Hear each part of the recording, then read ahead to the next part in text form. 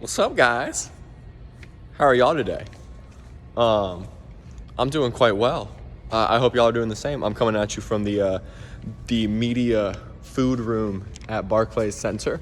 I had some awesome food earlier today. There was jerk chicken and some rice and beans. And this Bonaventure Loyola game is coming down to it, by the way. It's 58-58 with 14 and a half seconds on the clock. So I'm watching that on the TV up in here as we speak here. But monumental day for VCU. VCU 73, UMass 59. Rams are moving on to the Atlantic 10 semifinals on Saturday at 1 o'clock against St. Joseph's, which took down Richmond in the morning session behind 30 points from Eric Reynolds, who caught fire in the second half for them. I think Richmond jumped out to a lead. I didn't see all of that game, but I came into the arena as it was ending. And man, as I tweeted it, I'm sure a lot of y'all have seen it, and I included it in the story. I led with it. During that Richmond game, I was sitting in the media room, and I could hear from the tunnel right outside the media room, which is right by like the locker rooms and where warm-ups are and everything. There was a bunch of hooting and hollering, and it sounded like a team getting hyped before a game. I didn't know exactly who it was, but I thought I recognized the voices, and so I went out into the tunnel, and it was VCU. And they were holding some speakers and blaring the music and doing calisthenics and warm-ups and everything in the hallway with Roos, and I think it was Roos and Jay Wall.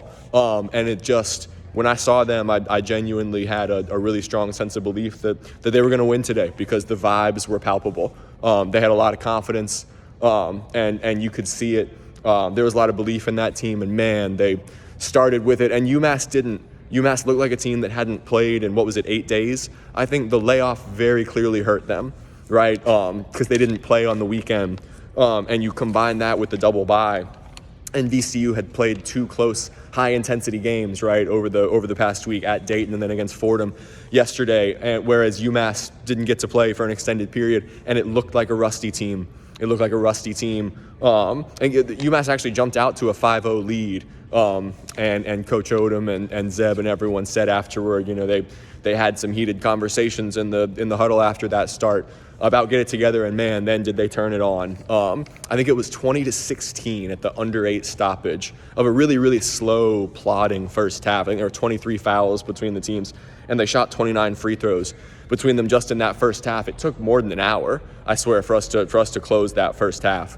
It felt like they were there for ages, but VCU went into the break up 42-25. It was a 22-9 run, I think, after that under 8 stoppage where they really took control of the game. And the zone was a huge part of it, and that's something we haven't said at all season for this VCU team. And I'm looking at Loyola and Bonaventure, by the way, right now, and they are going to overtime. And oh my goodness, I didn't see who shot it, but it looks like Loyola had one go in and out to win the game, and then Bonaventure had a heave fall short. So they're tied at 58 and going to overtime. I'm going to go out and watch the end of that one when I get finished with this here. But VCU up 42-25 at halftime, very much in control.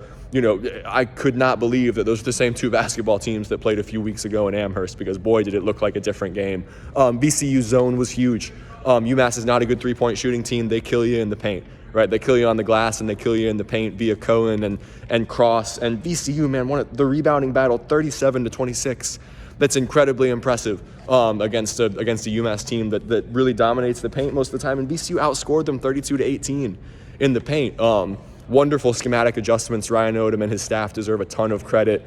And it was a bit of an extended zone where Zeb Jackson in particular was really aggressive at the top, and it created some turnovers. And all of a sudden, I'm not gonna say it was havoc at all, but VCU was getting live ball turnovers, and they were capitalizing on them. All turnovers aren't created equal, and these were not dead ball turnovers. Even though UMass only ended with 9 turnovers, it felt like a lot more than that, because UMass had 9 turnovers, VCU had 13, but VCU had 15 points off those turnovers. UMass only had 7, right? And so VCU's were deflections at the top of the key via that zone. They were clogging passing lanes really well, and that led to runouts. And there were quite a few runouts that Zeb got going in transition. I think Zeb and Joe Bamasil both had transition dunks off of runouts that were created by deflections with that zone. And so VCU did an immaculate job of clogging passing lanes and frustrating UMass and not letting them play through Cohen. Cohen still finished with 14 points, but only 3 of 5 from the field.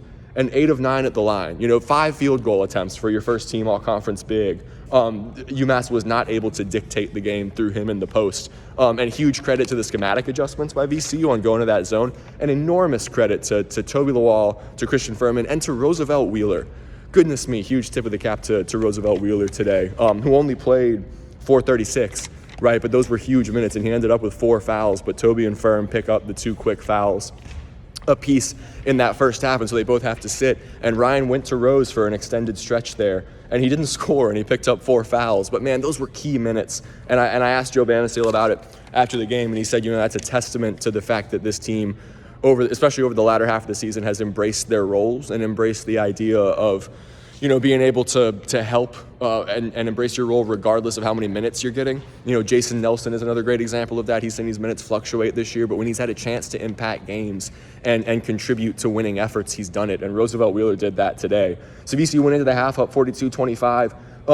And then Rasul Diggins for UMass, who finished with a game-high 21 points, caught fire there in the second half. He made 4 threes, finished 7 of 16 from the floor. He was really their only guy who was hitting because VCU was daring them to take outside shots. And UMass finished 7 of 24 from outside and 29.2% with the really open looks they were getting against the zone.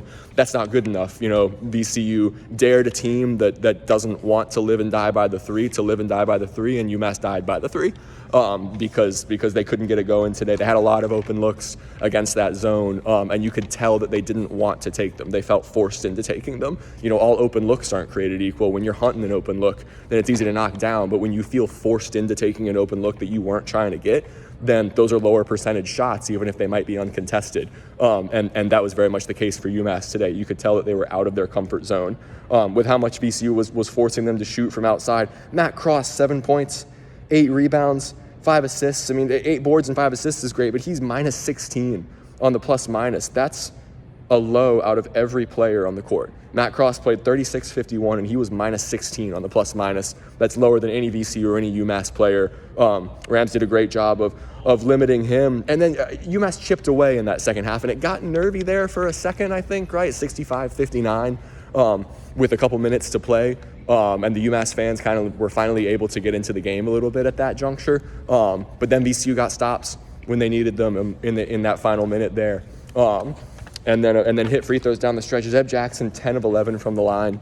He hit some clutch free throws. VCU 23 of 30, which is not great, for a squad that's been a great free throw shooting team all year. I'm sure they'd like the percentage to be even better than that, but they made them when they mattered most, and especially Zeb, like I said, who ended up 10 of 11. He did a little bit of everything today, man. He ended up with 4 steals. I think he had 5 yesterday. His perimeter defense on primary ball handlers has been just outstanding. He's the quickest guy on the court almost all the time that he's out there, and that certainly showed today. And VCU survives and advances in front of 6,817 people at Barclays Center today, and they're moving on to Saturday's semifinal, and Richmond's knocked out. So now you have St. Joseph's, who's the 9 seed in this tournament. All credit to them, and Reynolds is going to be tough to stop, and VCU's got to, have a collective effort on not letting him get going, because he got going a little bit at the Siegel Center, and that was, I think, 73-69, right? The one time that they played on that Sunday afternoon at the Siegel Center. So you're going to have to close out to Reynolds. But obviously, I think you'd rather see St. Joseph's than Richmond in that game. They did VCU a favor, and now the path to the Atlantic 10 final on Sunday looks pretty clear-cut. Man, for a team that's had so many ups and downs this year, coming into this game, it felt like UMass was the boogeyman in the closet, right? Because of how bad Amherst was, and because they're the ones that leapfrog VCU into that 4 spot. And to beat them by 14 when Max Shulga didn't have a field goal. That's wild, right? Your first team all-conference guard ended up 0 of 2 from the field. He only had 4 points, and they all came at the line. But he had 7 assists. And Ryan talked a lot about that in the post-game presser when I asked him about Max playing unselfish, and he was just making the right basketball reads, right? Because UMass was keying off so much on him defensively and throwing multiple bodies at him. And Max took what the defense gave him, was more of a table setter than a scorer today. And that behooved him, and it was huge for VCU for him to be able to, for your leading scorer, your first team all-conference guy, who you've leaned on so much offensively throughout the year, to be able to flip that switch and play an unselfish game, when that's what the defense was dictating to him. was huge today. Sean Bairstow, 9 points, a couple of assists. I thought he played well.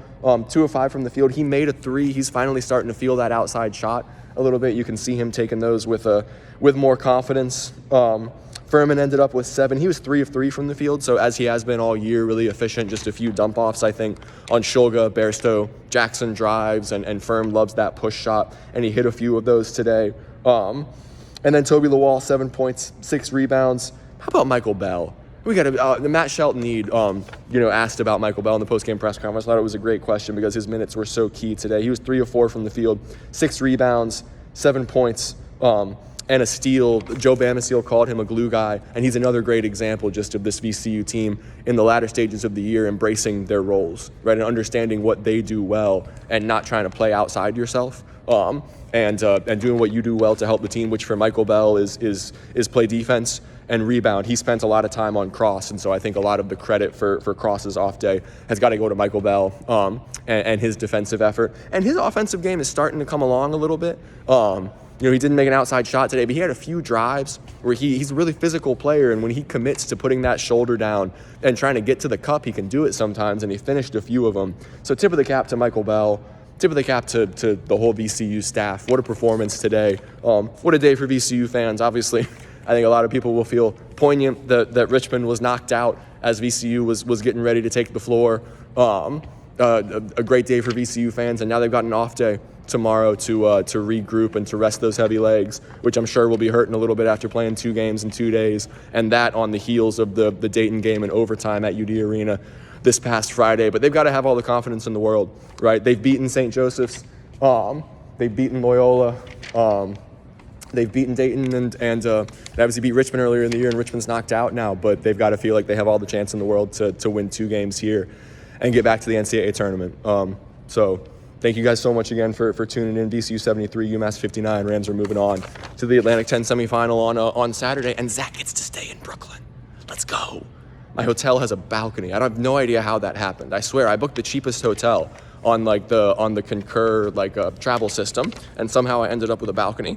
And so I'm very excited about that. And I get to hang out in a city that I love for another couple days and go to media availability tomorrow. I'll have an advanced story off of media availability on the St. Joseph's game on Saturday, and all the video from the press conference tomorrow with Ryan and hopefully a couple of players. And then I'm going to go explore New York for a day before coming back here on Saturday to cover the semifinals. So everyone, thank you so much for following along, for tuning in. It's been a fun ride, and the Rams dance on, and March Madness continues for them. They're going to play on Saturday, 2 wins away from the NCAA tournament.